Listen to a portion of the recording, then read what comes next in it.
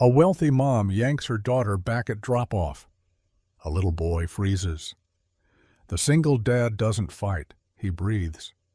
Minutes later, the gym goes silent because that nobody steps to the mic, and everyone learns he's the new principal. But the shock is only the start. Whispers turn into a campaign, a mysterious folder, a twisted past, a sudden suspension, a school split in two. While adults choose sides, two kids write a simple song, and one brave child grabs the mic at a packed board meeting, daring the crowd to listen. What really happened at his last school? Who's desperate to bury the truth? And when hate shouts in a hallway, can kindness and one small voice shout louder before everything breaks? Before we get into the story, comment below where in the world you are watching from today. The morning air carried a bite that promised autumn's arrival, though September had barely begun. Maplewood Elementary's red brick facade gleamed in the early sunlight as parents jostled for position near the entrance, their voices creating a familiar chaos of first-day nerves and excitement. David Marshall stood apart from the cluster, one hand resting on his son's shoulder. Eli clutched a Spider-Man lunchbox, its corners already scuffed from summers of adventure. The boy's dark eyes darted between the school doors and the other children streaming past. "Remember what we talked about?" David's voice was low, meant just for his son. Eli nodded, straightening his shoulders. "Make one friend, just one." "That's my boy," David squeezed gently. "And if today's not the day, tomorrow might be." Eli finished the familiar refrain, managing a small smile. They moved forward with the crowd. David noticed how other parents seemed to flow around them, creating a subtle barrier of space. He'd grown used to it over the years, the way conversations quieted when they approached, how eyes would flicker over their worn but clean clothes before sliding away. Near the entrance, a girl with honey-colored hair stood beside her mother. The woman's designer handbag caught the light, each metal clasp probably worth more than David's monthly grocery budget. The girl, Sophie, if David remembered correctly from the class list, watched Eli with curious eyes. Eli noticed her too. His face brightened, and he took a step forward, raising his hand in a small wave. "Hi, I'm—" The woman's manicured hand shot out, yanking Sophie backward with such force the girl stumbled. The entire crowd seemed to freeze as Karen Whitmore's voice cut through the morning air like a blade. "Get your filthy kid away from mine." The words hung there, sharp and ugly. Parents turned. A father dropping off twins actually stopped mid-sentence. Someone's coffee cup paused halfway to their lips. Eli's hand dropped to his side. The color drained from his face, then rushed back in a wave of shame that made David's chest ache. His son's mouth opened, closed, then opened again, but no words came. David moved without thinking, positioning himself between Eli and the stairs. His hand found his son's shoulder again, this time pulling him close. "Come on, buddy." His voice stayed level, though something hot and fierce clawed at his throat. But Eli's feet had rooted to the concrete. His eyes, those brave, hopeful eyes, now glistened with tears he refused to let fall. Karen's perfectly lined lips curved into a smirk. She stood taller, clutching Sophie's hand so tight the girl winced. Some people just don't know their place. David crouched down, bringing himself to Eli's eye level.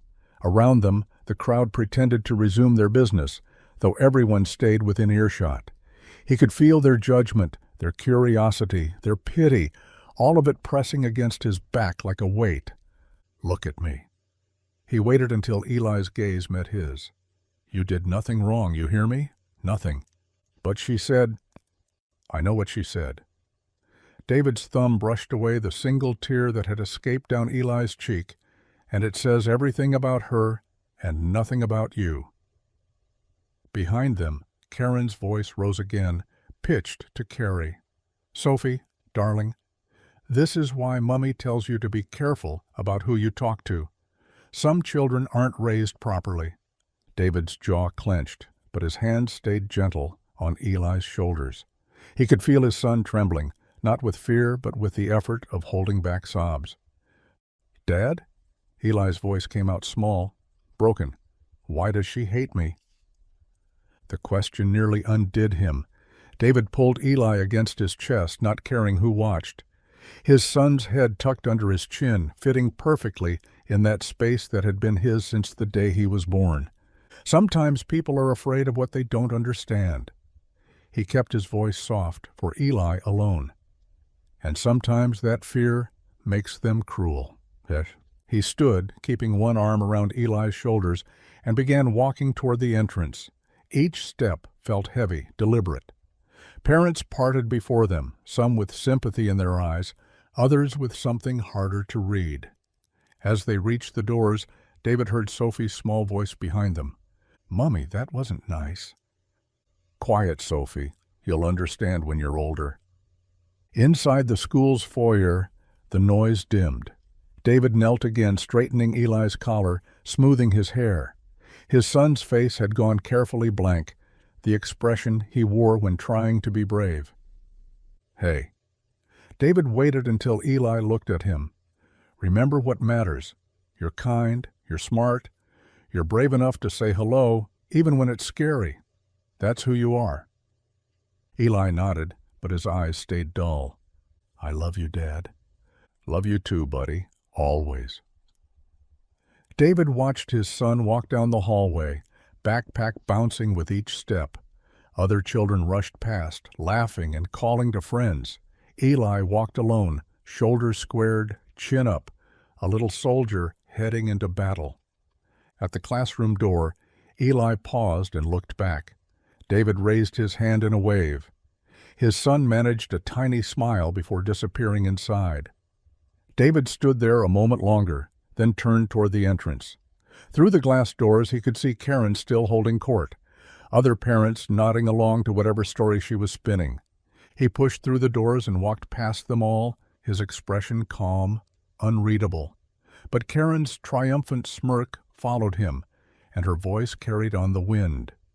"Can you imagine? Acting like his child belongs here with ours." David didn't look back. He had somewhere important to be. The auditorium buzzed with first-day energy. Children sat cross-legged on the floor in neat class rows, while parents claimed the folding chairs at the back. The morning sun slanted through tall windows, catching dust motes that danced above hundreds of small heads. Eli sat with his class 3 rows from the front. His teacher, Mrs. Chen, had placed a gentle hand on his shoulder when he'd entered the classroom earlier, her eyes kind. Now he picked at a loose thread on his sleeve, trying to shrink into himself. "Good morning, Maplewood families." Mrs. Harrison from the school board stood at the podium, her voice bright through the microphone. "What a wonderful start to our new year. Before we begin, I have a very special announcement." The side door opened. Eli's head snapped up. His father walked onto the stage. But this wasn't the dad from drop-off in his worn khakis and polo shirt. This was different. The charcoal suit fit him perfectly. His shoes gleamed. He moved with the same quiet confidence Eli had seen in old photos from Dad's military days. "I'd like to introduce our new principal, Mr. David Marshall." The auditorium erupted. Not in applause, not yet, but in gasps, whispers, the scrape of chairs as parents leaned forward. Eli's heart hammered against his ribs. Around him, classmates turned to stare. "That's your dad?" the boy next to him whispered. Eli could only nod, his throat too tight for words. At the back of the room, Karen Whitmore's face had gone white. Her perfectly manicured nails dug into her designer handbag. The woman next to her, another PTA regular, touched her arm, but Karen didn't seem to notice. David approached the microphone, adjusting it with practiced ease. He scanned the crowd, his gaze landing briefly on Eli. The tiniest smile touched his lips. "Good morning." His voice carried without shouting, filling every corner. "I'm honored to join the Maplewood family." He paused, letting the whispers die down. "I want to share why I'm here. Not because you need my resume, but because you deserve to know who'll be guiding your children this year." Karen's jaw clenched tighter. I grew up in a neighborhood where most kids didn't finish high school. My mother cleaned houses. My father worked 3 jobs until his back gave out. David's hands rested easy on the podium. I knew what it felt like to be the kid with patches on his jeans, the one who couldn't afford the field trip, the one some parents didn't want their children playing with. The auditorium had gone silent. Even the kindergartners seemed to sense the weight of his words, but I had teachers who saw past all that. Mrs. Rodriguez, who stayed after school to help me with reading, Coach Williams, who bought my football cleats with his own money, Principal Hayes, who told me I was smart enough for college when nobody else believed it. Eli sat straighter. He'd never heard these stories. They taught me something crucial. Every child, every single one, deserves to feel valued, safe, encouraged, not despite their background, but because of who they are. David's eyes swept the room, connecting with parents, teachers, children. That's my mission here, to build a school where the kid with designer backpacks and the kid with hand-me-downs both know they matter, where kindness outweighs popularity, where we measure success not just in test scores, but in character. A few parents began to clap, others joined. The applause spread through the room, warm and genuine. Mrs. Jenkins, the grandmother Eli recognized from his Sunday school, actually stood up. But Karen remained frozen, her face a mask of fury. David raised his hand, quieting the crowd. I won't pretend it'll be easy. Building real community never is. But I've seen what happens when people choose compassion over comfort, when we defend those who can't defend themselves, when we teach our children that different doesn't mean less than. He smiled then, full and genuine. So let's build something beautiful together, something our children will remember long after they leave these halls. The applause thundered this time. Children bounced in their spots. Teachers nodded with approval. Thank you for trusting me with your most precious gifts. My door is always open. Now, David's eyes crinkled at the corners, let's have an amazing year. As Mrs. Harrison returned to the microphone to discuss lunch procedures, children began filing out row by row. But Eli broke from his line, his feet carrying him toward the stage before his teacher could stop him. Dad! David stepped down and caught his son in a fierce hug. Eli buried his face in his father's suit jacket, breathing in the familiar scent of his aftershave. You didn't tell me, Eli whispered. Wanted it to be a surprise. David pulled back, studying his son's face. You okay? Eli nodded, his eyes bright. They all know now. They know you're not... He stopped, unable to finish. Not nobody? David's voice stayed gentle. Eli, I would have been proud to be your dad if I was cleaning these halls instead of running them. You know that, right? I know. Eli glanced back at his classmates, several watching with undisguised curiosity. But this is better. David chuckled, ruffling his son's hair. Go on.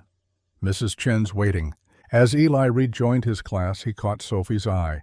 She offered a tiny wave, though her mother's hand immediately pulled her back. Karen stood near the exit, her phone already pressed to her ear. Emergency PTA meeting, she hissed to whoever listened. Today. Yes, all the board members. David watched her leave, his expression thoughtful. The battle lines were drawn. The September sun had climbed higher by the time parents spilled into the parking lot. David stood near the entrance, accepting handshakes and introductions, while keeping one eye on Eli, who waited by the flagpole with his class. Principal Marshall. Mrs. Jenkins approached, her weathered hands clasping his. That speech? Lord knows this school needed to hear it. Thank you, Mrs. Jenkins. My grandbaby's been here 2 years, first principal who's mentioned kids like her. Her voice caught. Kids who don't quite fit the mold. Before David could respond, Tom Rodriguez, still in his postal uniform, pumped his hand. My wife wanted to be here, but hospital shift. We're glad you're here. This place has been... Coasting, supplied another parent. Just coasting along. A small crowd formed. Parents introducing themselves, sharing concerns about bullying, outdated textbooks, the canceled music program. David listened to each one, making mental notes. But across the lot, a different gathering took shape. A janitor-looking widower. Karen's voice carried like she intended it to. That's who they hired to lead our children's education. She stood by her white SUV, designer sunglasses perched atop her head, addressing a semicircle of uncertain parents. Did you see his cheap suit? Probably from some discount store. And that sob story about growing up poor, is that supposed to qualify him? Margaret Chen shifted uncomfortably. Well, he did seem sincere. Sincere? Karen's laugh rang hollow. I'm sure the man who cleans my pool is sincere too. Doesn't mean I'd let him run a school. That's not really fair, ventured another mother. Isn't it? What do we actually know about him? Widower from who knows where shows up with his son, gets handed the top position. Karen lowered her voice just enough to sound confidential. I heard he was dismissed from his last school, something about playing favorites. The group exchanged glances. Where did you hear that? I have sources. Karen examined her manicured nails. The board clearly didn't do their homework, but don't worry, I will. Near the flagpole, Eli watched Sophie stand alone while her mother held court. Her blonde pigtails drooped in the heat. She kept glancing at the other kids playing but didn't join them. Eli dug through his backpack past his sandwich and juice box until his fingers found the sheet of dinosaur stickers Mrs. Chen had given him for perfect spelling. He peeled off a bright green T-Rex. Sophie noticed him approaching. Her eyes darted to her mother, then back to Eli. Hi. Eli held out the sticker. This one glows in the dark. Sophie stared at it. Why are you giving it to me? You looked sad. I'm not supposed to talk to you. Oh. Eli's hand wavered but didn't drop. It's just a sticker. Not talking. A tiny smile tugged at Sophie's mouth. She glanced again at her mother, still deep in her performance, then quickly took the sticker. T-Rexes are cool, she whispered. The best. They could bite through a car. That's not true. Is too. I read it in a book. Their teeth were like bananas but sharp, and... Sophie! Karen's voice sliced through the air. She crossed the parking lot in quick strides, her heels clicking against asphalt. What did I tell you? She snatched Sophie's hand, her eyes finding the sticker. He gave it to me, Sophie said quietly. Karen peeled the sticker off her daughter's palm and flicked it onto the ground.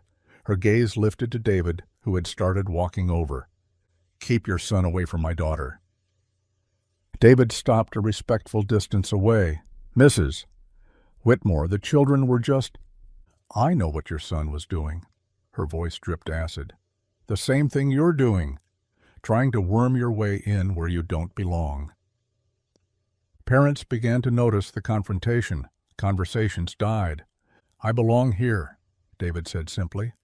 The board hired me to lead this school. Your daughter and my son are classmates. They'll interact. Not if I have anything to say about it. Then I guess we disagree. Karen's face flushed. You have no idea who you're dealing with. My husband sits on the city council. I chair 3 charity boards, 1 phone call, and... Mom. Sophie's small voice interrupted. Please, can we just go? Karen looked down at her daughter, then back at David. Her lips pressed into a thin line. This isn't over. She pulled Sophie toward their SUV, but Sophie looked back once, catching Eli's eye. She mouthed something that might have been sorry. That evening, David stirred spaghetti sauce while Eli set the table with mismatched plates, one with racing cars, one with the Marine Corps emblem. Just 2 forks, buddy. Not having company tonight. Eli arranged the silverware with unusual precision. Dad? Yeah? Will the kids still want to be my friend? Now that you're the principal? David turned off the burner, giving his son full attention. What makes you ask? Tommy Peterson said his brother told him principal's kids are snitches, that nobody trusts them. David pulled out a chair sitting at Eli's eye level. You know what? Some kids might think that at first. Change makes people nervous. So they won't be my friends? I didn't say that. David chose his words carefully. We'll show them who we are, not by arguing or forcing anything, but by caring, by being ourselves. Like giving stickers? David smiled. Exactly like giving stickers. That was kind, what you did for Sophie. Her mom threw it on the ground. I know, but Sophie saw your kindness first. That's what she'll remember. Eli traced the pattern on his plate. Her mom really doesn't like us. No, she doesn't. Why? David sighed. Sometimes people are afraid of what they don't understand, or they need someone to look down on to feel bigger. That's stupid. It's sad. David stood, dishing out pasta. But here's the thing. We don't fight sad with angry. We fight it with steady kindness, even when it's hard. They ate quietly for a moment before Eli asked, "What if it doesn't work?" Then we keep trying. That's what brave people do. The morning sun painted long shadows across Maplewood Elementary's hallway as David stood by the entrance, greeting each child by name. He'd spent the previous evening memorizing faces from yearbooks, matching them to the brief notes teachers had left. "Morning, Marcus. How's that science project coming?" The boy's eyes widened. "You remembered?" "Course I did. Volcanoes are serious business." Marcus beamed and hurried inside. Behind him, a mother approached, Mrs. Patterson, if David's memory served. "Principal Marshall? I'm Janet Patterson. Wanted to welcome you properly." Her handshake was firm, genuine. "My daughter Lily's in 3rd grade. She came home yesterday talking nonstop about your assembly speech. All good things, I hope." "She said you told them mistakes are just practice for getting things right." Janet's voice softened. That meant something to her.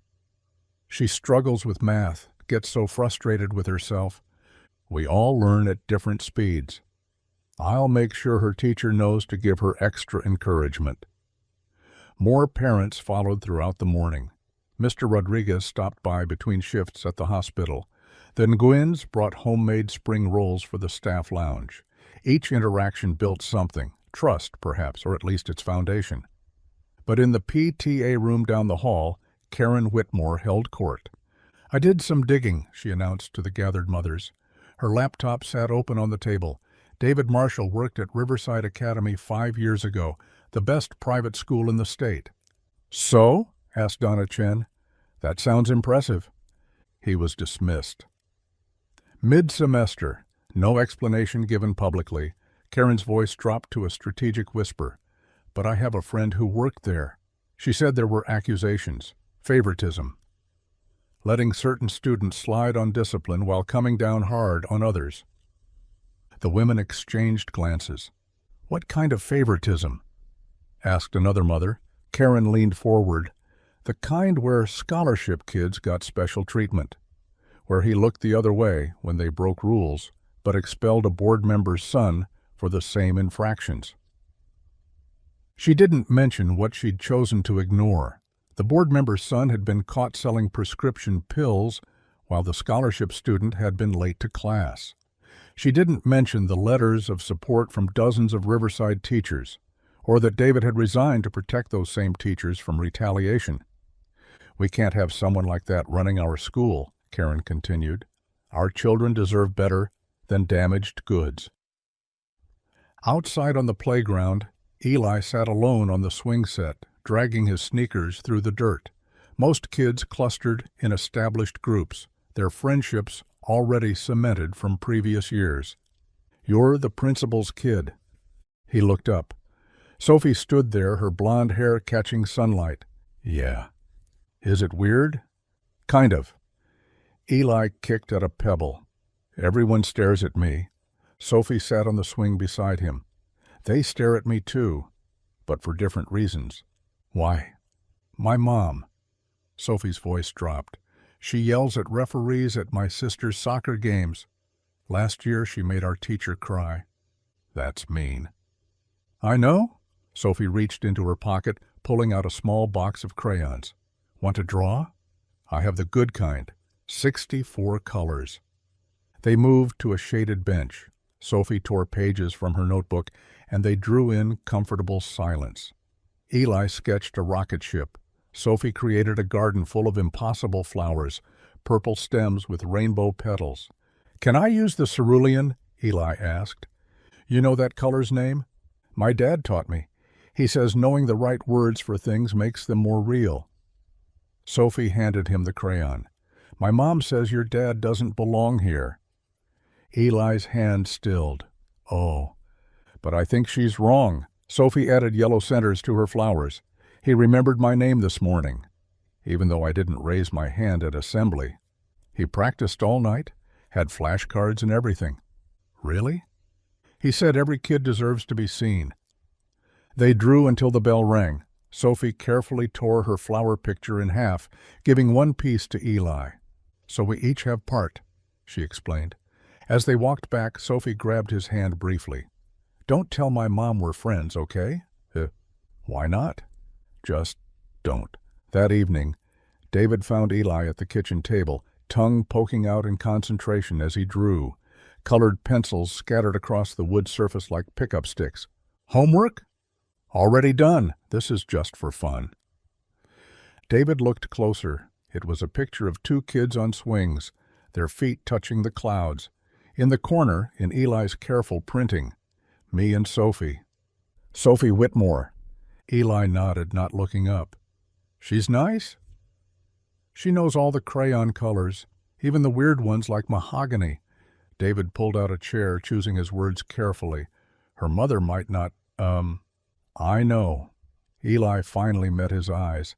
"Sophie said not to tell, but I'm not good at secrets from you." "I'm glad you told me." "Are you mad?" "Nobody. Never mad about kindness." David watched his son add stars to the sky above the swings. "Just be careful, okay? Sometimes friendships get complicated when adults disagree." "That's dumb." "Yeah, it is." They sat quietly while Eli finished his drawing. David noticed how he'd drawn Sophie's smile, wide and genuine, nothing like her mother's practiced expressions. "Dad?" "Yeah?" "Sophie said her mom made a teacher cry last year." David's jaw tightened, but he kept his voice even. That must have been hard for Sophie to see.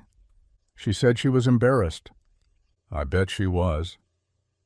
Eli added one final detail, a sun with long rays reaching toward both children. "I think she needs a friend."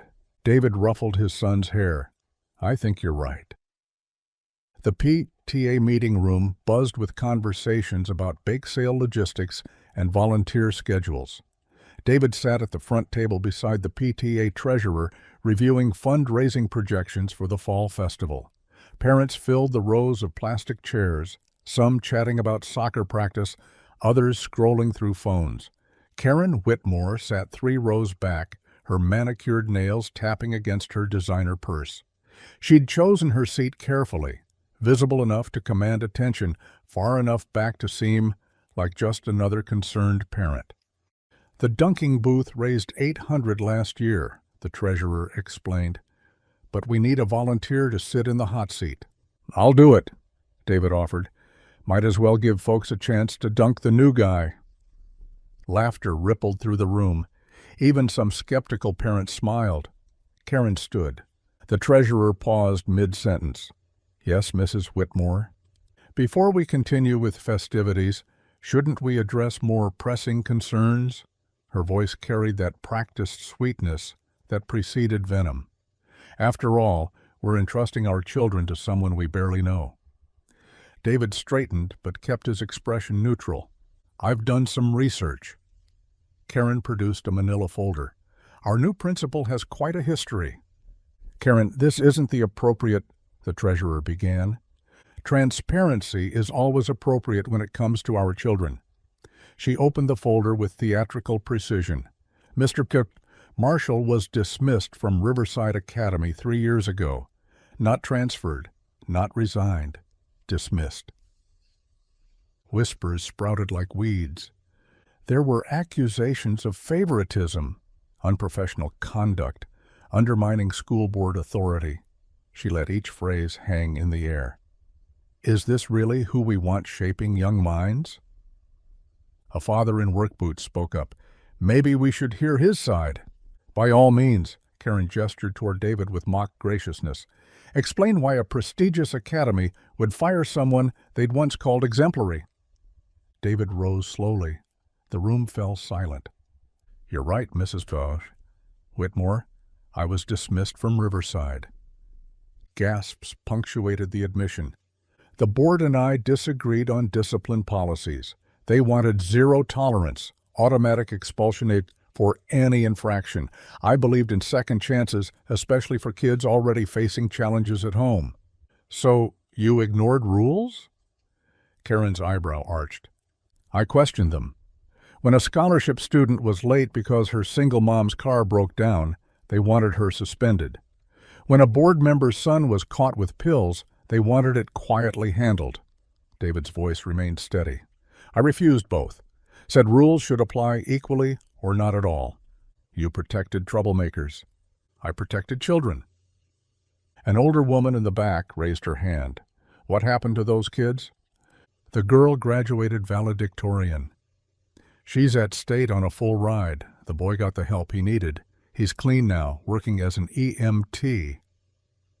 Several parents exchanged glances. The father in work boots nodded slowly.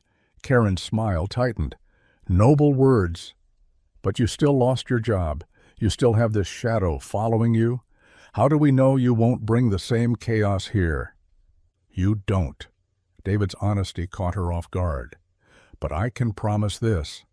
I'll fight for every child in this school, rich or poor, easy or difficult, because that's what educators do.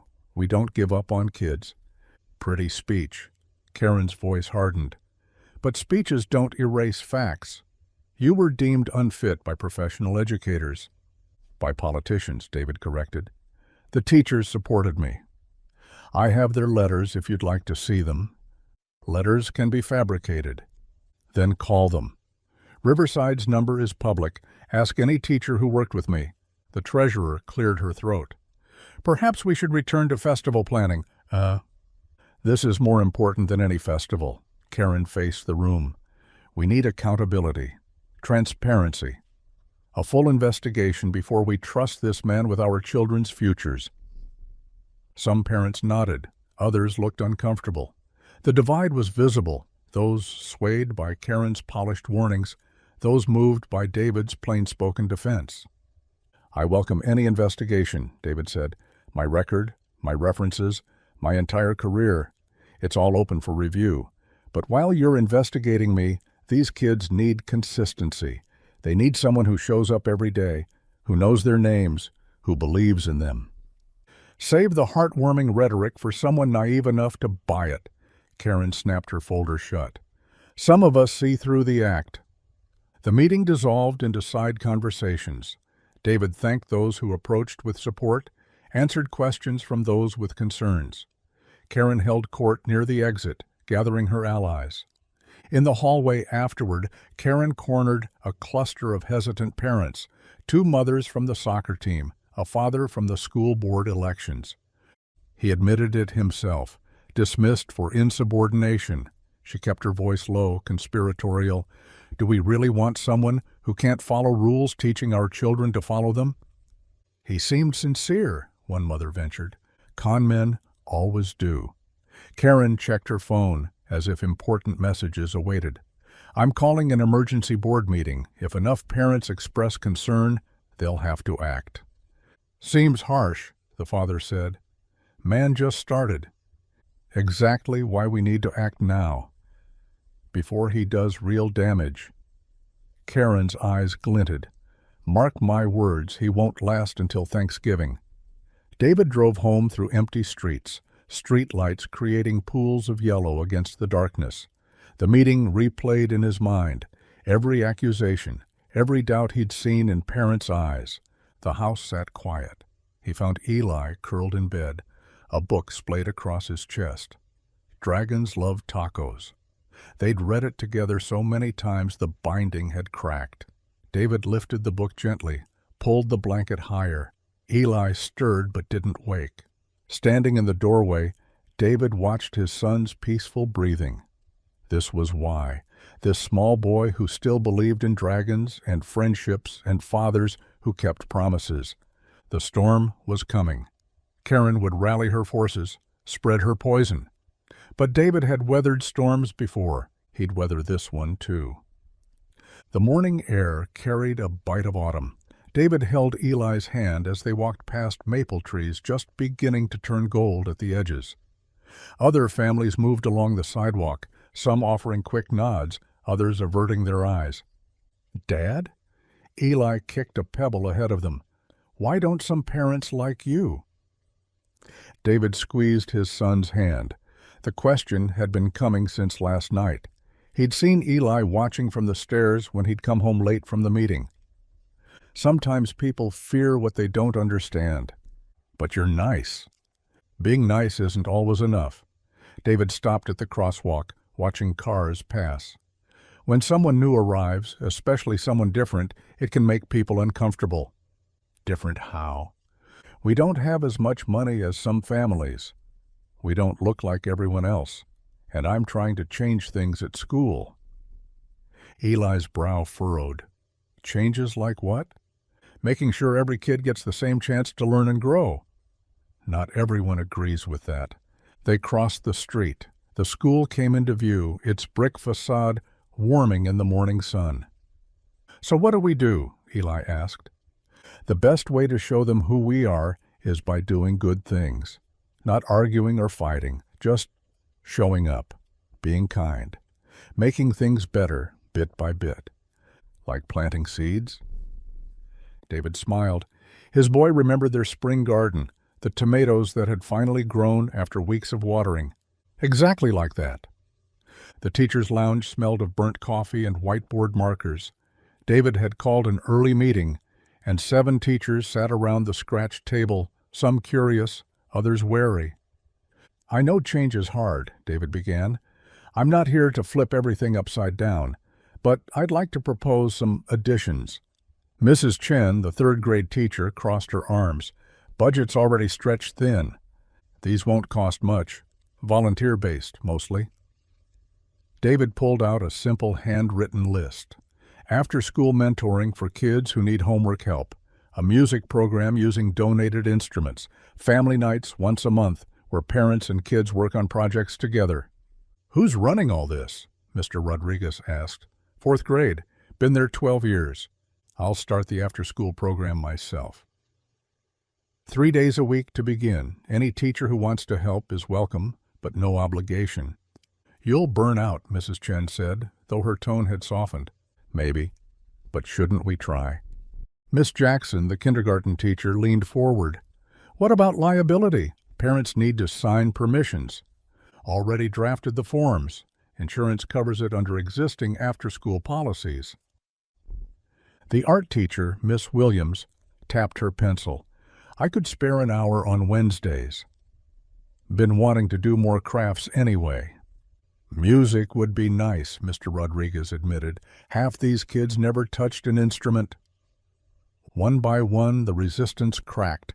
Not enthusiasm exactly, but curiosity, willingness to see where this might lead. "Start small," David said. "If it doesn't work, we stop. But if it does..." He didn't need to finish. They all knew what these kids needed. Extra attention, safe spaces, adults who showed up. The cafeteria transformed after final bell. David pushed tables aside, creating workstations. Miss Williams had brought construction paper and glue sticks. David contributed a science kit he'd bought with his own money, baking soda volcanoes and paper rockets. 15 kids showed up, some whose parents worked late, others who just needed somewhere to be. Eli chose the rocket station, carefully folding paper along the printed lines. 10 minutes in, the cafeteria door creaked open. Sophie peeked around the edge, backpack clutched tight. "Your mom know you're here?" David asked gently. Sophie shook her head. "She thinks I'm at piano." "But I finished early." David should send her home. Karen would rage if she found out. But Sophie's eyes held such hope. "1 hour," he said, "then straight home." Sophie's face lit up. She slid next to Eli, who immediately shared his supplies. They worked in focused silence, occasionally giggling when someone's rocket nose cone came out crooked. "Mine's gonna fly highest," announced Marcus, a boy from Eli's class. "No, Sophie countered. "It's about aerodynamics. See, the fins need to be even." She showed him how to measure. Patient as a teacher, David watched from across the room, 8 years old and already bridging gaps. Miss Williams helped children with paint and glitter. Paper rockets became works of art, silver ships headed for Mars, rainbow vessels carrying imaginary crews. "Ready to launch," David called. They trooped outside to the playground. David had rigged simple launchers from plastic bottles and bicycle pumps. One by one, rockets soared against the blue sky. Sophie's flew straight and true, landing near the soccer goal. Eli's spiraled wildly, making everyone laugh. "Again," they shouted. "Can we make more?" "Next week," David promised. Sophie glanced at the clock. "I have to go." She squeezed Eli's hand quickly, then ran toward the front entrance. The kitchen smelled of garlic and basil. David stirred spaghetti sauce while Eli set the table. 2 plates, 2 forks, 2 glasses of milk. "Sophie's really smart," Eli said, folding napkins into triangles like David had taught him. "She is. Her mom doesn't like me." David drained the pasta, steam clouding his glasses. "That's not about you. That's about her own fears. But Sophie likes me. And that matters more." They sat across from each other, the old wooden table between them. David served salad first, Eli's strategy to get the healthy stuff over with. "Dad, can small things really become big things?" David twirled spaghetti on his fork. "Every big thing started small. This school started as 1 classroom. America started as 13 colonies. Even the biggest oak tree started as an acorn. So our after-school program could become something bigger if we're patient, if we keep showing up." Eli chewed thoughtfully. "Can I invite Sophie to the next session?" "Officially, I mean, with permission and everything." "That might be complicated. But you said we show people who we are by doing good things." "Sophie seeing us do good things, isn't that showing?" David reached across the table, ruffled his son's hair. The boy had his mother's wisdom, her way of cutting straight to the heart of things. "We can try." Friday arrived with September rain that cleared by afternoon, leaving puddles that reflected the gymnasium lights. David had spent his lunch break arranging borrowed card tables and setting out board games from the dollar store. Nothing fancy, checkers, Connect 4, worn decks of Uno cards. Miss Williams had volunteered her speakers, bars for music. Soft jazz played as families trickled in after 5 o'clock. 20 people maybe, half of them children. Not the crowd David had hoped for, but enough. The Hendersons came first, their twin boys racing straight for the Jenga blocks. Then the Nguyen's with their daughter Lisa, who brought homemade spring rolls to share. Tom Garcia wheeled his father in. The old man loved dominoes and never missed a chance to play. Mrs. Jenkins arrived with her granddaughter, Aisha, both wearing matching purple sweaters. The elderly woman moved slowly but purposefully toward David. "This is good," she said, surveying the room. "Been too long since this school felt like a community. Just trying to bring people together." "No, you're doing more than that." She adjusted her glasses, watching Aisha join the other children. "My grandbaby used to cry about coming here, said nobody looked like her. Now she runs to school. Kids adapt faster than adults." "Some adults?" Mrs. Jenkins nodded toward the door. Karen stood at the entrance, Sophie pulling her forward. She'd dressed down, designer jeans instead of her usual country club attire, but still looked like she'd rather be anywhere else. Her eyes swept the room, cataloging faces, calculating social standing. Sophie broke free, heading straight for Eli at the checkers table. "Can I play winner?" "You can play now," Eli offered, already resetting the board. Karen's jaw tightened. She found a corner chair, pulled out her phone, watching, waiting for David to slip up somehow. The domino table drew a crowd. Mr. Garcia called out moves in Spanish while Tom translated. Aisha learned the rules in minutes, slapping tiles down with growing confidence. Parents drifted between games, conversation starting naturally. "Your boy's in my son's class," someone said to David. "Marcus talks about him all the time." "Good things, I hope." "The best. Says Eli shares his lunch when kids forget theirs." Small validations. Tiny victories. David circulated, refilling the lemonade pitcher, making sure everyone felt included. Even approached Karen once. "There's coffee if you'd like some." "I'm fine." Her tone could have frozen the lemonade. At the checkers table, Sophie and Eli had moved past the game into building checker towers, seeing who could stack highest before collapse. Their laughter carried across the gym, pure and unconscious of the tension surrounding them. "My turn to pick music," Sophie announced when her tower fell. She ran to miss. William's speaker setup scrolled through the playlist. Taylor Swift filled the gym. Some parents groaned good-naturedly, but the kids immediately started dancing. Even Aisha abandoned dominoes to join in. David watched from the snack table. This was what he'd imagined. Children just being children, parents remembering what community felt like. Karen remained in her corner, but he caught her foot tapping once to the rhythm. 8 o'clock came too quickly. Parents began collecting children, gathering jackets and leftover snacks. The Nguyens insisted David take the remaining spring rolls home. Mrs. Jenkins hugged him at the door. "Same time next month?" "Every month," David promised. Sophie dragged her feet leaving, turning back twice to wave at Eli. Karen grabbed her daughter's hand, pulling her along without a word to anyone. Soon only David and Eli remained.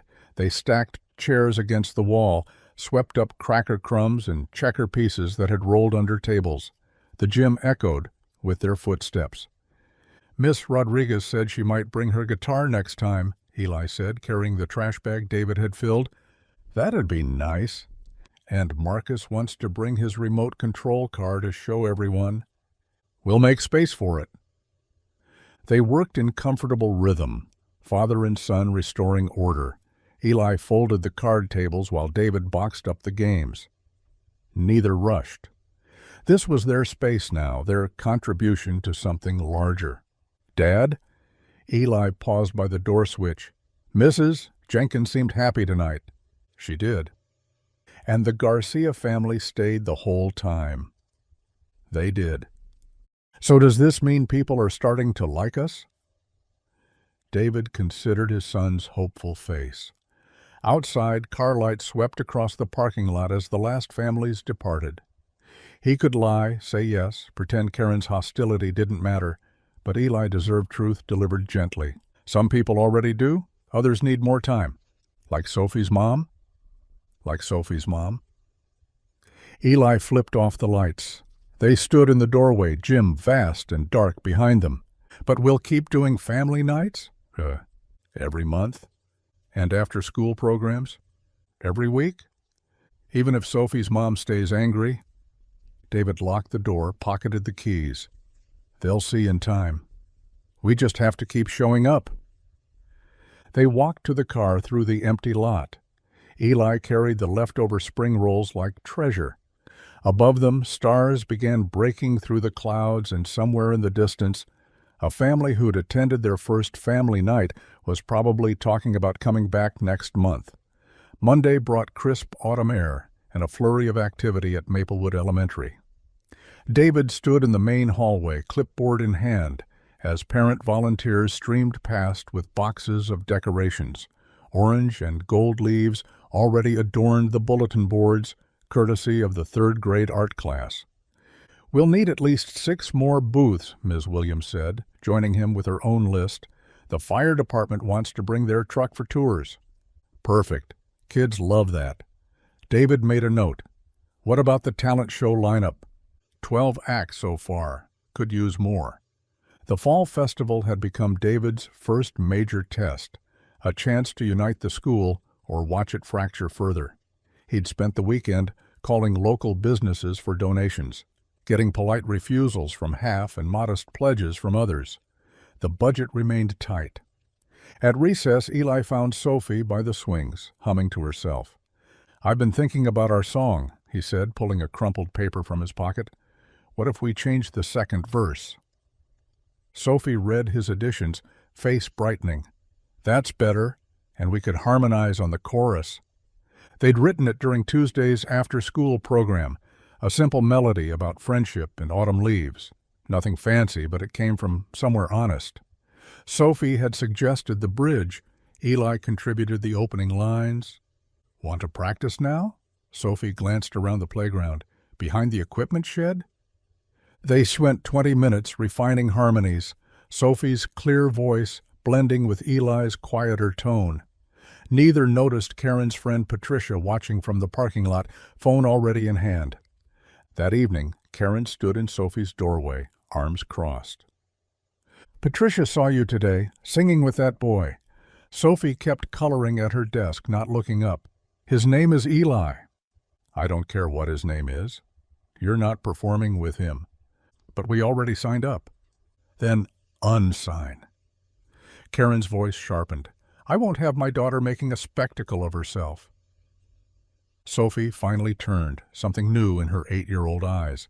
Not defiance exactly, but determination. "He's my friend." "He is not your friend. His father is using you to make himself look better." "That's not true." Sophie's voice stayed quiet but firm. "Mr. Sir, Marshall doesn't even know about our song. We wanted to surprise him." Karen's face darkened. She left without another word, but Sophie heard her on the phone minutes later, voice carrying through the walls, planning something. Sophie returned to her coloring, drawing autumn leaves like the ones in their song. Tuesday's planning meeting took place in the library. David had arranged cookies and coffee, hoping to encourage more volunteers. About 15 parents showed up, including Karen and her usual allies. "Fundraising update," David began. "We're at 60% of our goal." "That's concerning," Karen interjected immediately. "My previous school never struggled with funding. Perhaps we need someone with more experience coordinating these efforts." "We still have 2 weeks," Mrs. Jenkins countered. "And David's got the whole 6th grade class making crafts to sell." "Crafts?" Karen's laugh was brittle. "We need real sponsors, not construction paper and glue sticks." The meeting deteriorated from there. Karen questioned every decision, booth placement, volunteer schedules, even the brand of hot dogs for the food stand. When David suggested a donation jar at the entrance, she called it begging. Other parents shivered uncomfortably. Some agreed with pieces of Karen's criticism, others felt she went too far. David kept his voice steady, answering each objection calmly, but exhaustion crept into his shoulders. After the meeting, Mrs. Jenkins lingered. "Don't let her get to you." "I'm trying not to." "She's scared." The older woman gathered her purse. "People like her always are. Scared of change, scared of losing control." "What should I do?" "Keep being yourself. The festival will speak louder than her complaints." Wednesday afternoon, the music room sat empty except for the old piano in the corner. Eli and Sophie slipped in during the after-school program's free period, while other kids worked on art projects down the hall. "From the top," Sophie said, playing the opening notes. Their voices filled the small space, uncertain at first, then growing confident. The song wasn't complicated, just 3 verses about leaves changing color, friends staying true, and finding warmth as days grew cold. But something in their harmony made it special. "We should add movements," Sophie suggested. "Like this when we sing about the leaves falling." They worked out simple choreography, laughing when they bumped into each other. Neither thought about their parents' conflict. In this room, they were just 2 kids preparing a surprise. "You think people will like it?" Eli asked during a water break. "Who cares? I like it." "Me too." They practiced twice more before Sophie's watch beeped. Her mom would arrive soon for pickup.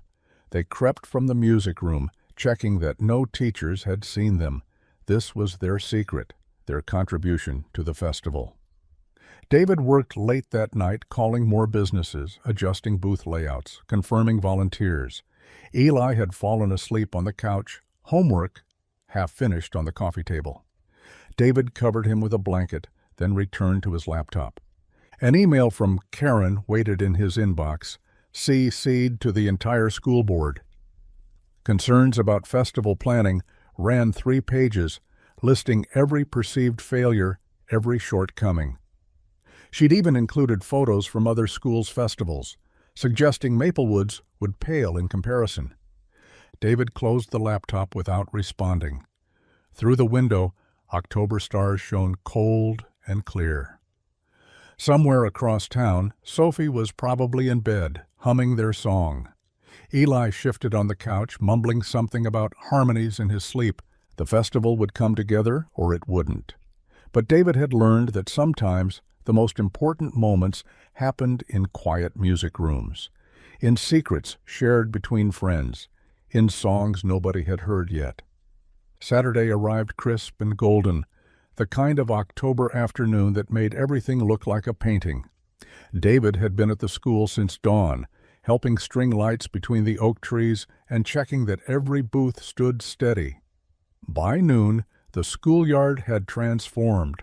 Orange and red leaves scattered across tables, the smell of caramel apples mixing with fallen leaves, children's laughter already filling the air. "Balloon darts over here," Mr. Peterson called out, testing his game booth. 3 tries for $1. Mrs. Jenkins arranged baked goods on checkered tablecloths, her granddaughter helping stack cookies into pyramids. The 6th graders' craft table overflowed with painted pine cones and paper turkeys. Even the weather cooperated. Cool enough for sweaters, but warm enough that nobody needed coats. David checked his watch. 2 hours until the talent show.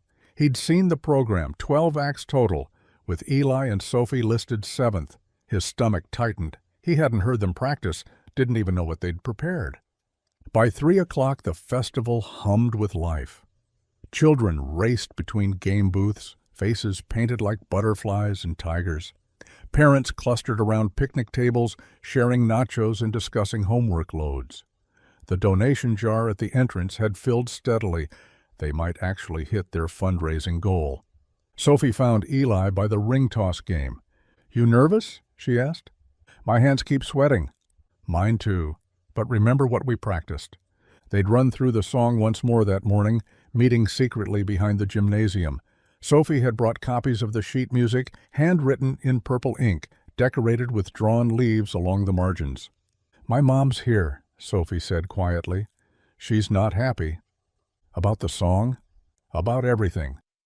Across the yard, Karen stood with her usual group, gesturing toward the stage. She'd dressed impeccably, as always, tailored blazer, designer boots, but something in her posture seemed coiled, ready to spring.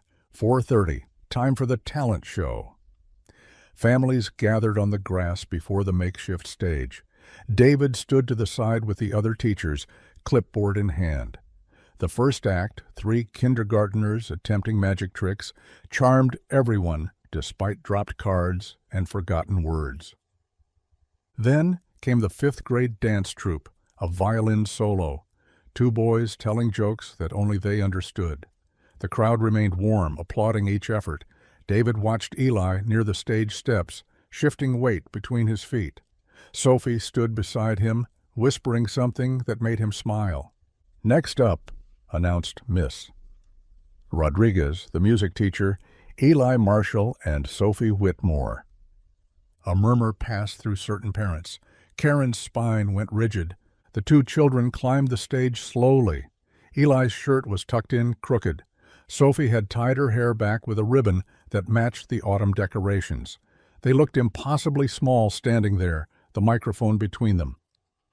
Sophie played the opening notes on the keyboard they'd positioned on stage. Her fingers trembled slightly, but the melody came clear, something wistful and sweet. Then they began to sing. When the leaves start falling down and the world turns gold and brown. Their voices weren't perfect. Eli started too soft, had to find his courage. Sophie's hand shook on the keys, but something happened as they continued. Their harmony found its center, 2 young voices weaving together, like they'd been singing together for years. Friends are like the autumn trees, standing tall through every breeze. The crowd grew still. Parents who'd been checking phones looked up. Children stopped fidgeting. Even the teachers seemed caught off guard by the purity of it, not the technical skill, but the feeling behind every word.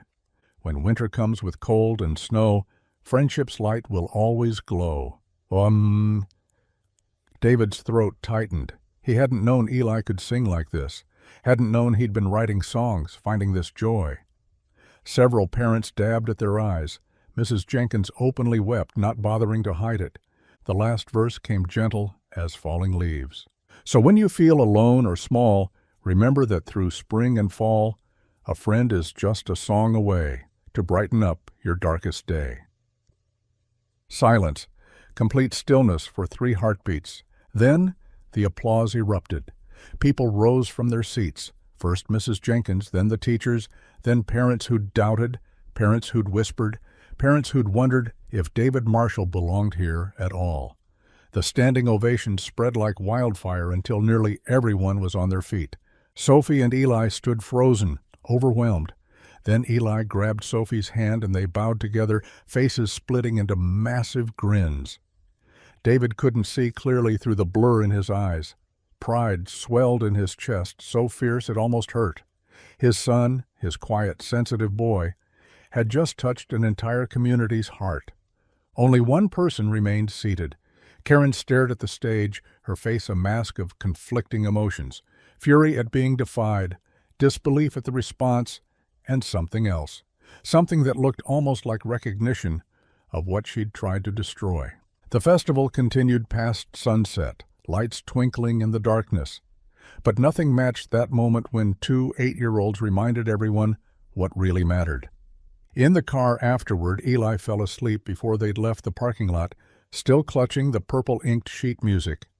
David adjusted the rearview mirror to see his son's peaceful face. "You did it, son," he whispered. "You really did it." The paper crinkled softly as Eli shifted, but he didn't wake. Through the window, the last lights of the festival faded behind them. Monday morning arrived bright and clear, the kind of autumn day that made everything seem possible. The hallways of Maplewood Elementary hummed with energy. Children clustered in groups, still talking about Saturday's festival. "Did you see when they held hands at the end? My mom cried, actually cried. Sophie never told me she could sing like that." David stood near the entrance, greeting students as always. Several parents stopped to shake his hand, thanking him for the festival. Even Mr. Peterson, who had been skeptical at the PTA meeting, nodded approvingly. "Fine event, Marshall. Fine event." Eli walked the halls with a new lightness. Children who'd never noticed him before waved in the corridors. Sophie found him at his locker before first bell, beaming. "My grandmother called last night. She wants to hear us sing at Thanksgiving." But at 9:15, everything changed. Karen Whitmore's heels clicked against the linoleum of the district office building. She carried a manila folder thick with papers, printouts, photocopies, highlighted passages.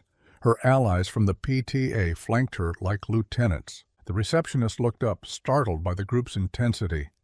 "We need to see the board." "Immediately. They're not in session until—" "This is an emergency." Karen placed the folder on the desk with deliberate force. "It concerns the safety and integrity of Maplewood Elementary." Within an hour, board members had been summoned. Karen presented her case with practiced precision. She'd found the records from David's previous position at Riverside Academy, his sudden dismissal 3 years ago, the sealed personnel file, whispers of an investigation. "He was accused of showing favoritism to minority students," she declared, though the actual document said nothing of the sort. "Bending rules, ignoring proper procedures, creating an unsafe environment." She'd twisted every word, transformed David's advocacy for struggling students into negligence. His challenge to unfair disciplinary policies became insubordination. His refusal to look away from injustice became inability to follow protocol. "Ask yourselves," Karen's voice rose, addressing the 5 board members, Do we want someone with this history molding our children's minds? The board exchanged uneasy glances. They'd hired David quickly to fill an urgent vacancy. Perhaps they hadn't dug deep enough. At 2 o'clock, David's assistant knocked on his office door. Her face was pale. "The board wants to see you." "Now." The emergency meeting lasted 40 minutes. David sat across from the 5 board members while Karen's folder lay open between them. He tried to explain the real story, the context, the stand he'd taken for children who had no one else.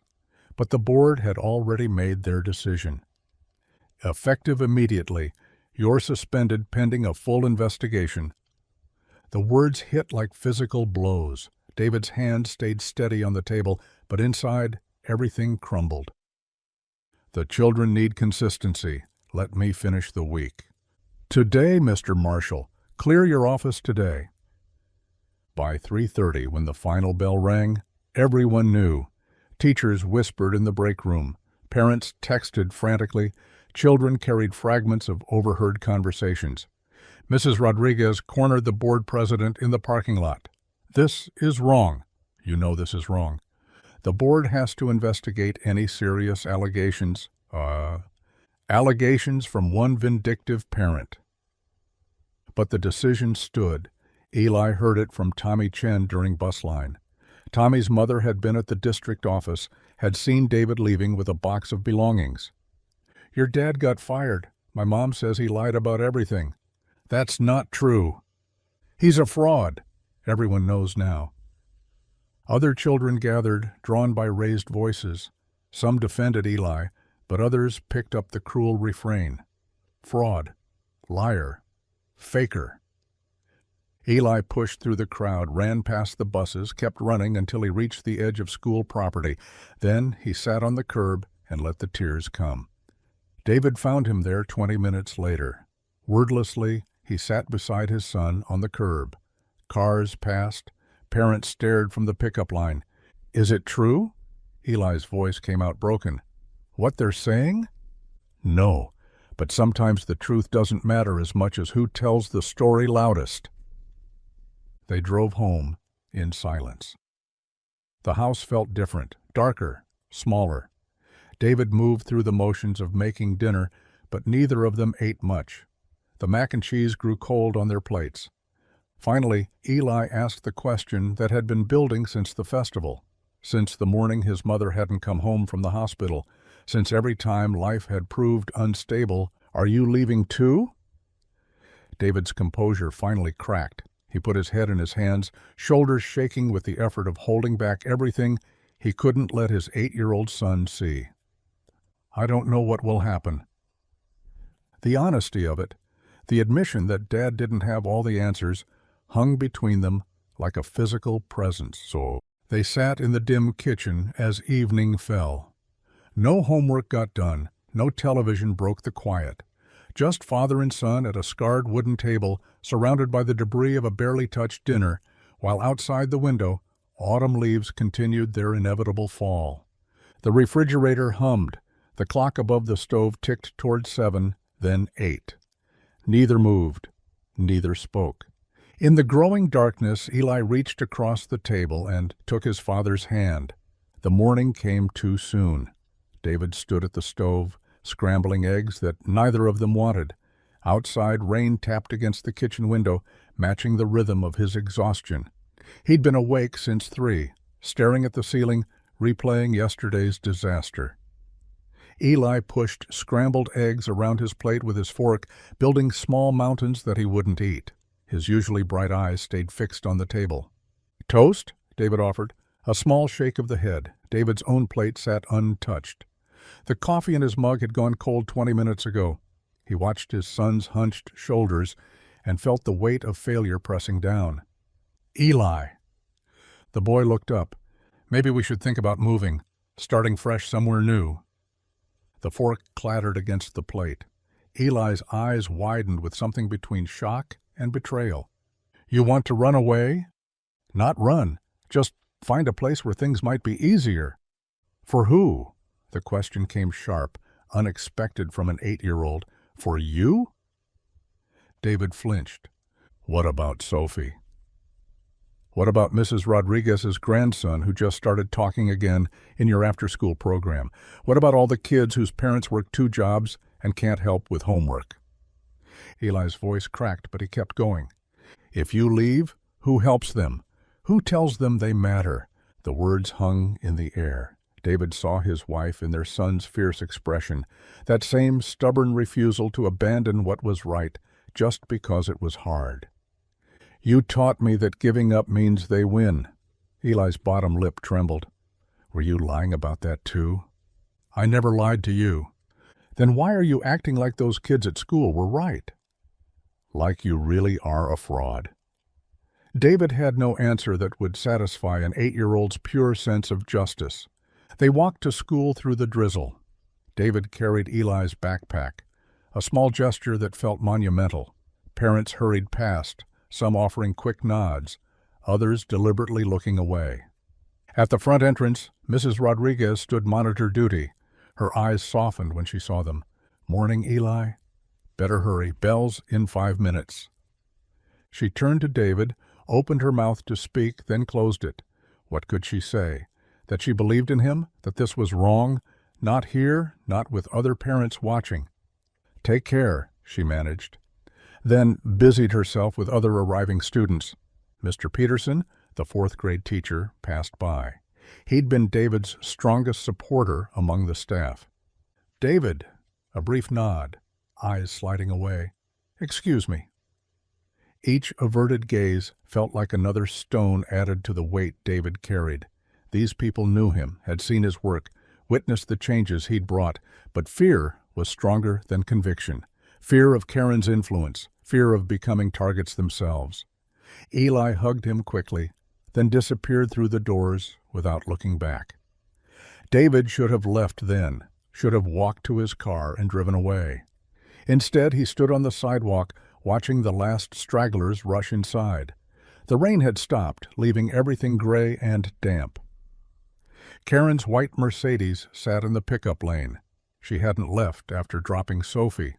Through the windshield, David could see her leaning toward another parent in the passenger seat, Mrs. Blackwood, whose husband ran the local bank. Karen's hands moved animatedly as she spoke, no doubt spinning her narrative wider. Their eyes met. Karen's lips curved into a satisfied smile. She'd won, and she wanted him to know it.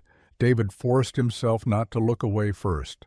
Let her have her moment. Let her think she'd destroyed him. The truth had a way of surfacing, even when buried under accusations and fear.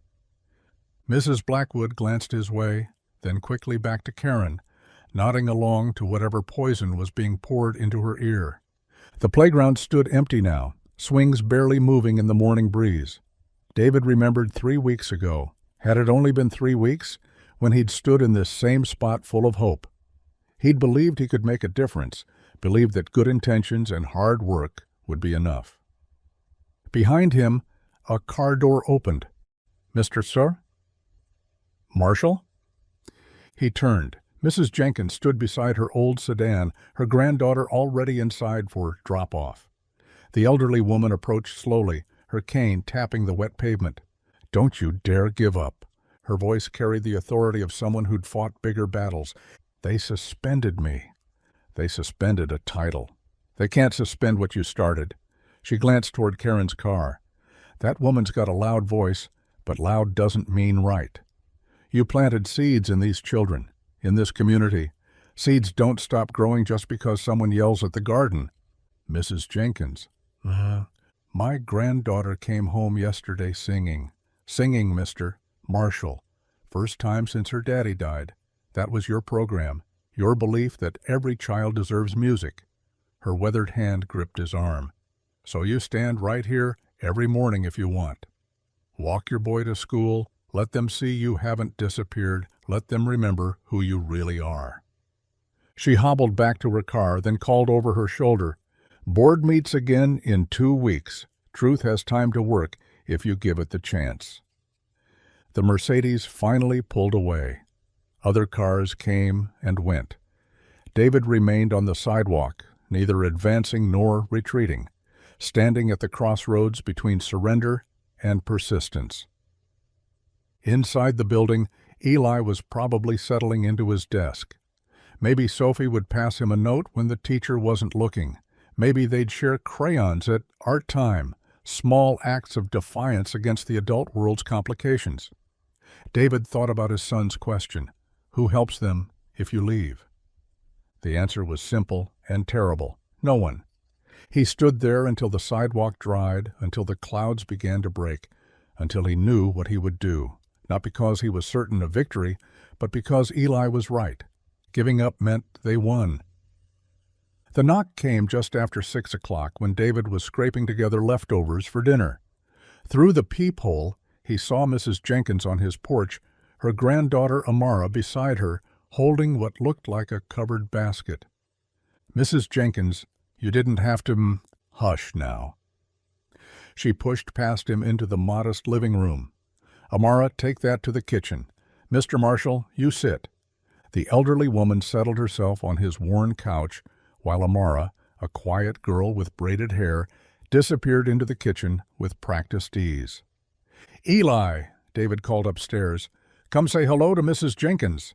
Footsteps thundered down the stairs. Eli appeared, still in his school clothes, marker stains on his fingers from homework. "Hi, Mrs. Jenkins." His voice was subdued, lacking its usual brightness. "There's my favorite artist." She patted the couch beside her. "Amara's in the kitchen. Why don't you go help her set the table?" As the children left, Mrs. Jenkins reached into her large purse and pulled out a manila envelope, thick with papers. "These came for you at the school." Mrs. Patterson didn't know where else to send them, so she gave them to me. David opened the envelope. Letters spilled out, different handwriting, different stationery, but all beginning the same way. "Dear Mr. Marshall." Go on, read them. The first letter was on military letterhead. "Dear Mr. Marshall, I heard about what's happening at Maplewood. I had to write. You probably don't remember me, James Rodriguez, from the Veteran Mentorship Program in Columbus. You spent 6 months teaching us how to translate military skills to classroom management. I'm teaching high school history now. 28 kids graduated last year who might have dropped out. That's because of what you taught me. Don't let them win. The kids need you. Semper Fi, James." David's hands trembled as he read the next one, then another. Veterans from programs he'd run years ago, teachers he'd mentored, parents from his previous school, the real story of why he'd left, not Karen's twisted version. How did they know? Word travels when good people are attacked. Mrs. Jenkins pulled out her phone, showing him a Facebook group, Support Principal Marshall. Started yesterday. Already has 300 members. From the kitchen came the sound of plates and quiet giggling. Normal sounds, precious sounds. "I brought cornbread," Mrs. Jenkins announced, as if that solved everything. "Made fresh this afternoon, and greens, and mac and cheese that'll stick to your ribs." Mrs. Jenkins. "A man can't fight on an empty stomach. Neither can a boy." They ate together at David's small dining table. Amara and Eli whispered about a science project, while Mrs. Jenkins filled the silence with stories about her late husband, who'd integrated the local factory in 1965. Lost his job 3 times for standing up to supervisors. Each time, I wanted him to quit. Keep his head down.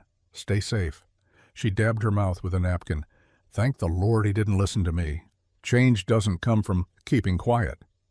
After dinner, the children rushed upstairs to Eli's room, while David helped Mrs. Jenkins clean up.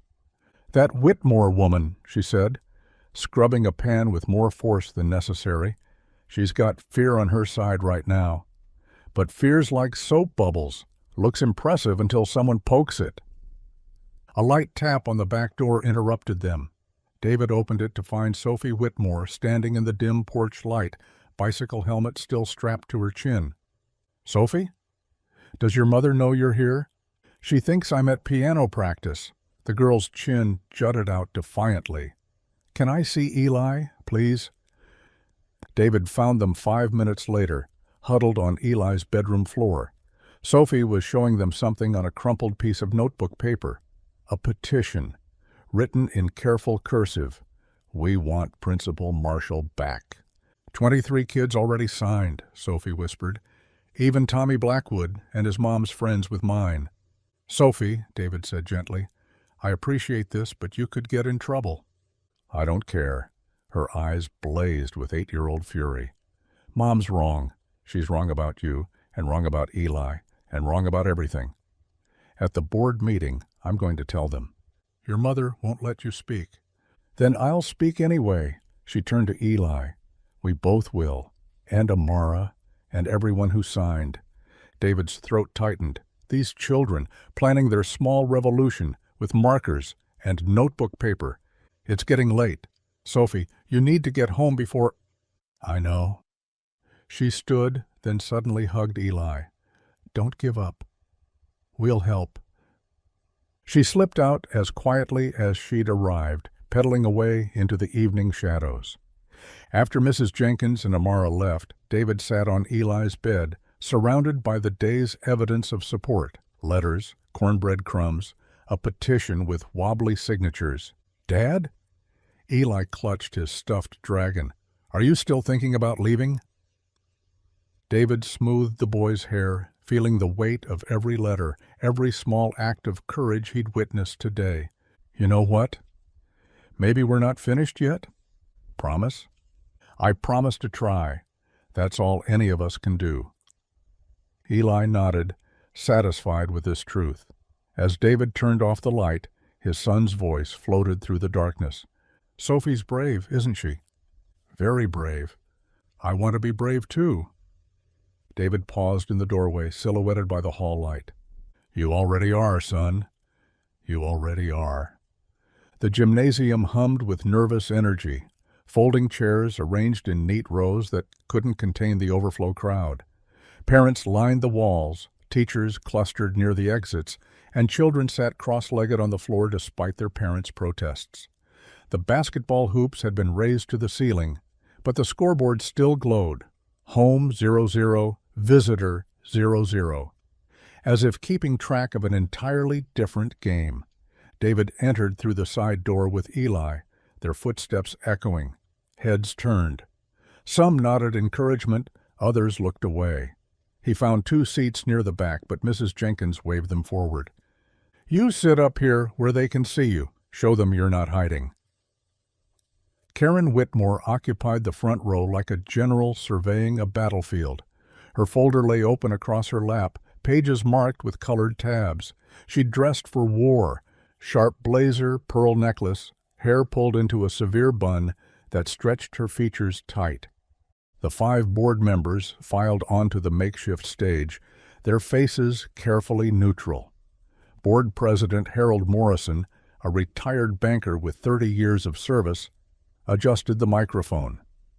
"We're here tonight to review the suspension of Principal David Marshall and determine whether he should be permanently removed from his position." His voice carried the weight of procedure. "Mrs. Whitmore, as the complainant, you may present your case first." Karen rose with practiced grace, her heels clicking against the polished floor.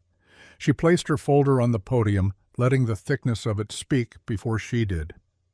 "Members of the board, concerned parents, I come before you not with personal vendetta, but with facts." She opened to the first tab. David Marshall was dismissed from Columbus City Schools 3 years ago following allegations of favoritism and insubordination. She held up a photocopied news article, though from the back rows no one could read it. He defied direct orders from his supervisors, created unauthorized programs, showed preferential treatment to certain students. Each accusation dropped like a stone into still water. Is this the leadership we want for our children? Murmurs rippled through the crowd. Karen's supporters nodded vigorously while others shifted uncomfortably. Furthermore, Karen continued, warming to her performance, since arriving at Maplewood, he's implemented programs without proper board approval. Family nights that exclude certain families, after-school activities that blur educational boundaries. That's not true, Eli's voice rang out before David could stop him. Morrison banged his gavel. "Please maintain order." Karen's smile turned razor sharp. Even his own son can't control himself. What does that say about discipline under his leadership? She returned to her seat, leaving her accusations hanging in the air like smoke. "Those who wish to speak in support of Principal Marshall may now come forward," Morrison announced. Mrs. Jenkins rose first, her age forcing her to grip the podium for support. She pulled a letter from her purse, hands steady despite their tremor. "This is from James Rodriguez, Purple Heart recipient, 2 tours in Afghanistan." Her voice carried the authority of someone who'd lived through enough to recognize truth. "David taught me how to become a teacher when I thought my only skill was combat. 28 kids graduated because David Marshall showed me how to reach them. He didn't just save my career, he saved my life when I couldn't see past my discharge papers." She looked directly at Karen. "You talk about unauthorized programs? Those programs fed hungry children. You talk about favoritism? He favored kids everyone else gave up on." One by one, they came forward. Miss Patterson, the second-grade teacher, spoke about the morning David spent helping a homeless student get school supplies without embarrassing him. Tom Bradley, whose son struggled with reading, described David staying after school every Tuesday to tutor personally. "My boy reads now," Bradley said simply. "That's all that matters." The crowd stirred as Sophie Whitmore stood up. Karen's face drained of color. "Sophie, sit down this instant." But Sophie walked forward, her Mary Jane's tapping determination with each step. She barely reached the microphone, even lowered. "My name is Sophie Whitmore." Her voice shook but didn't break. "I'm 8 years old, and I go to Maplewood Elementary." The gymnasium fell silent, even the babies seeming to sense the moment. "Principal Marshall taught us that kindness is stronger than hate." She gripped the podium's edges. "When kids were mean to Eli, he didn't get mad. He showed us how to be better. He stayed late to help with homework. He knew everyone's name by the second day." Tears rolled down her cheeks, but she didn't wipe them. "He made me brave enough to stand here, even though my mom will be really mad. Please don't take him away. We need him." Karen stood, her face flushed. "Sophie Elizabeth Whitmore." "Let the child speak," Morrison said quietly. Sophie turned to face her mother directly. "You're wrong about him, Mom. You're wrong about Eli, and you're wrong about what matters." The gymnasium erupted, gasps, scattered applause, whispers racing through the rows. Sophie walked back through the chaos, past her mother's outstretched hand, and sat next to Eli instead. Morrison called for order, consulting quietly with the other board members. The crowd held its breath. "After deliberation, we call for a vote on the reinstatement of David Marshall as principal of Maplewood Elementary. All in favor?" 5 hands rose without hesitation. The vote is unanimous. David Marshall is reinstated effective immediately. The gymnasium exploded. Parents stood, applauding. Children cheered. Mrs. Jenkins wiped her eyes with a handkerchief while Sophie and Eli hugged. Karen grabbed her folder and pushed through the crowd, her heels striking the floor like a retreating army. The door slammed behind her, but the celebration swallowed the sound. David stood slowly, overwhelmed, as colleagues and parents surrounded him with congratulations. Through the crowd, he caught Sophie's eye. She smiled, brave, proud, unashamed. He'd taught her about courage, but tonight, she'd taught him about its true price. The following Friday arrived with unusual warmth for late September. David straightened his tie in the school's front window, watching families stream through the entrance, carrying covered dishes and folding chairs. The gymnasium doors stood wide open, spilling golden light onto the sidewalk. "Dad, they're here!" Eli bounced beside him, clutching a tray of cookies they'd baked together the night before, lopsided but made with care. Inside, the transformation was complete. Long tables stretched the length of the gym, borrowed from 3 different churches and the community center. Mismatched tablecloths created a patchwork of colors, red checks next to blue flowers, solid yellow beside striped green. The imperfection made it perfect. Mrs. Jenkins commanded the food station like a general, directing where each dish should go. Tamales on the left, next to the kimchi. Yes, child, the mac and cheese goes right there by the samosas. The scent alone could have fed hearts. Curry mingling with barbecue, fresh bread warming beside spiced rice, apple pie cooling next to baklava. Each dish carried a story, a tradition, a piece of home offered to neighbors who'd been strangers just weeks before. "Never thought I'd see this," Tom Bradley said, setting down a massive pot of chili. His son ran past, chasing two other boys in a game that needed no common language.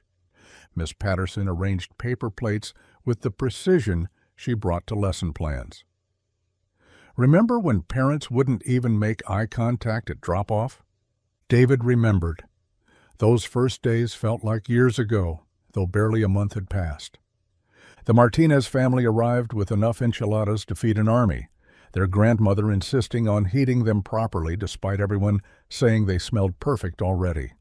The Nguyen's brought spring rolls and shy smiles, their daughter immediately joining Sophie and Eli at the craft table.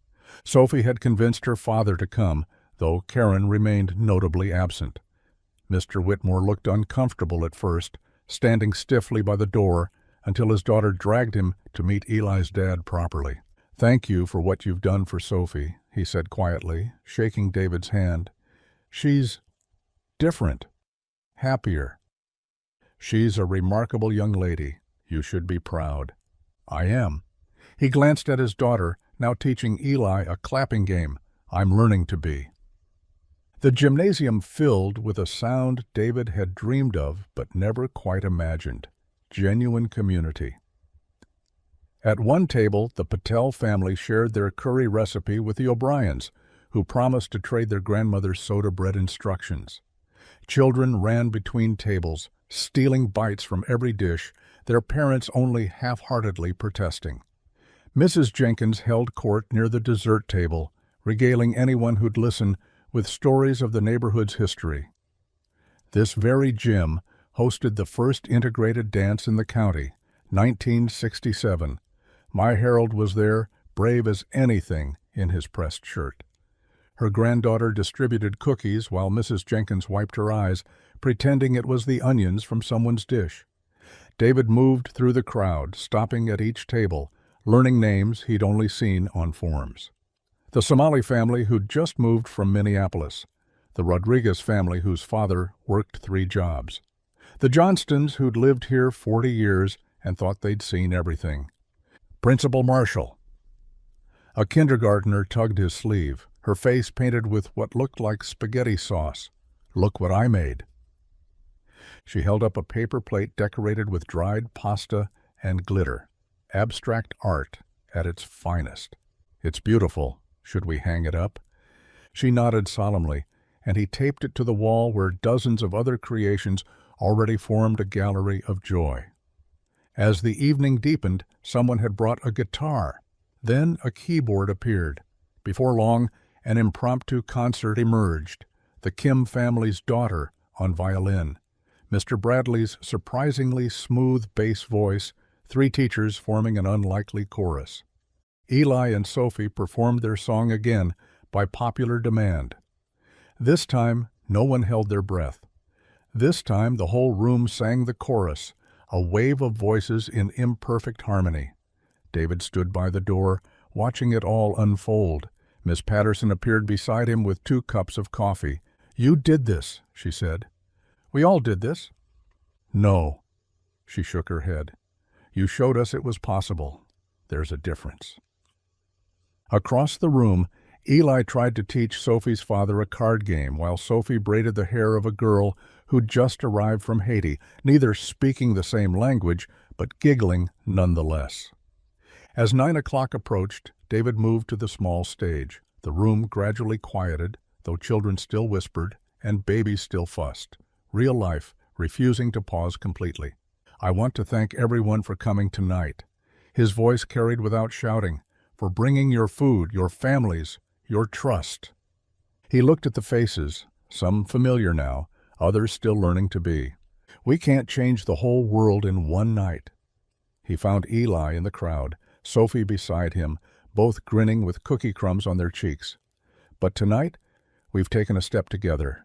Tonight, we've shown our children that different doesn't mean divided, that community isn't about being the same. It's about choosing to share our differences. The room erupted. Not polite applause, but genuine celebration, whistling, cheering, someone's grandmother shouting, "Amen," from the back. As families began to gather their dishes and sleepy children, no one rushed. Hugs were exchanged, phone numbers scribbled on napkins, promises to bring even more food next time. David helped stack chairs, Eli beside him yawning but refusing to admit tiredness. The gym slowly emptied, but the warmth remained, soaked into the walls like the lingering scent of 100 different homes. A week had passed since the one-table dinner, and Maplewood Elementary hummed with a different energy. Children who'd never spoken before traded lunches. Parents lingered at drop-off, actually talking instead of rushing past each other. David sat in his office, afternoon sunlight cutting golden bars through the blinds. His desk, once buried under crisis management paperwork, now held student artwork and thank you cards. The latest edition, a crayon drawing of him as a superhero, cape and all, signed from Miguel, grade 2. The door creaked open. Eli's head poked through, backpack sliding off one shoulder.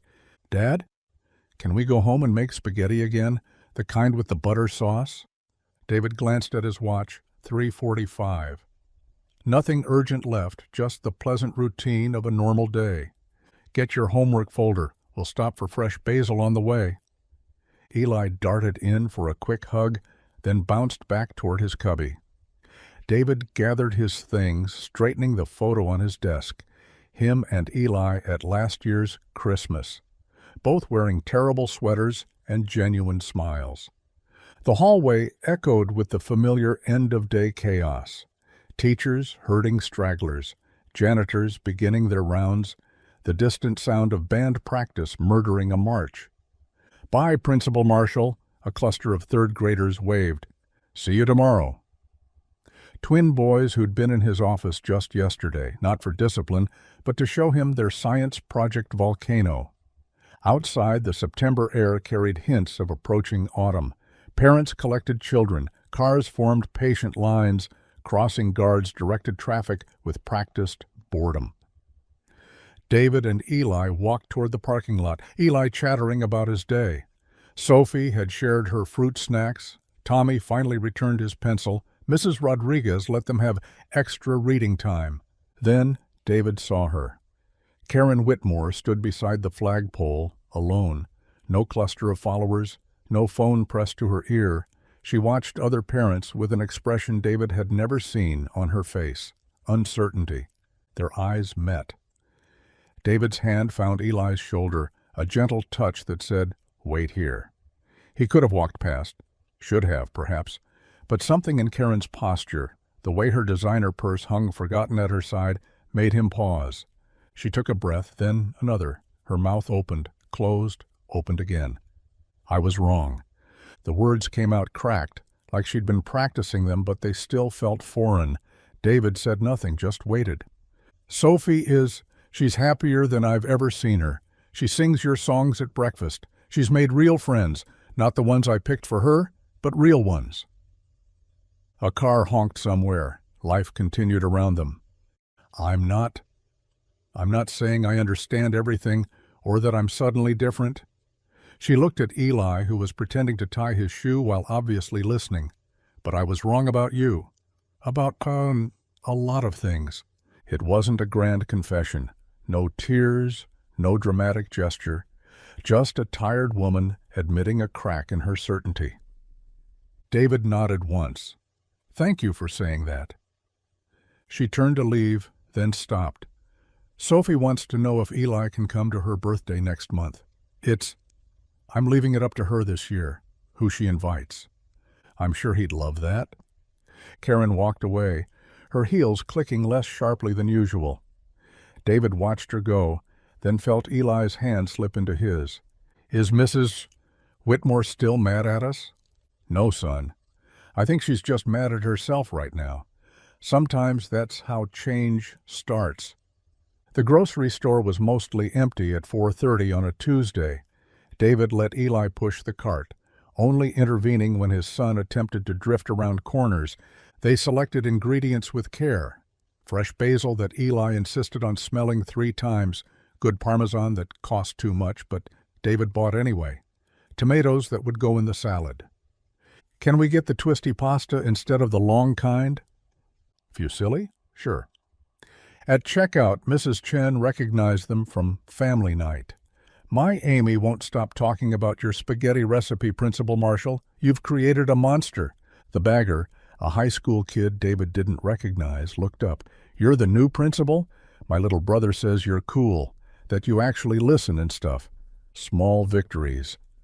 Tiny threads weaving into something larger, their kitchen filled with steam and the comfortable sounds of cooking. Eli stood on his step stool, stirring sauce with intense concentration. David chopped vegetables, occasionally reaching over to adjust Eli's grip on the wooden spoon. Dad, can Sophie come over this weekend? Her mom said she could if it's okay with you. Of course. We'll make pizza. You two can pick the toppings. Even pineapple? Even pineapple, you heathen! Eli giggled, the sound bouncing off the kitchen walls like light. They ate at their small table, Eli recounting a complicated recess game involving dragons and soccer balls. David listened, asked questions, laughed at the right moments. Outside, evening settled over their neighborhood, lawn mowers winding down, porch lights flickering on, the distant bark of the Hendersons' eternally optimistic beagle. Dad? Eli twirled pasta on his fork, a skill still in development. Are things good now? Like really good? David considered the question. Karen's apology hadn't erased everything. There would be other battles, other parents who'd question him, other moments when being different would cost them. But Eli had friends, real ones. The school had begun to heal, and tonight they had spaghetti and each other and the promise of pizza on Saturday. Yeah, buddy, things are really good. Eli grinned, sauce on his chin, and David realized this was what victory actually looked like. Not grand gestures or dramatic confrontations, just a father and son at dinner, choosing hope over fear, again and again, until it became as natural as breathing. The night deepened around their small, warm kitchen, but inside everything was light. If you enjoyed the story, I hand-picked this next story that you will enjoy. Please don't miss this one. Click here to watch it.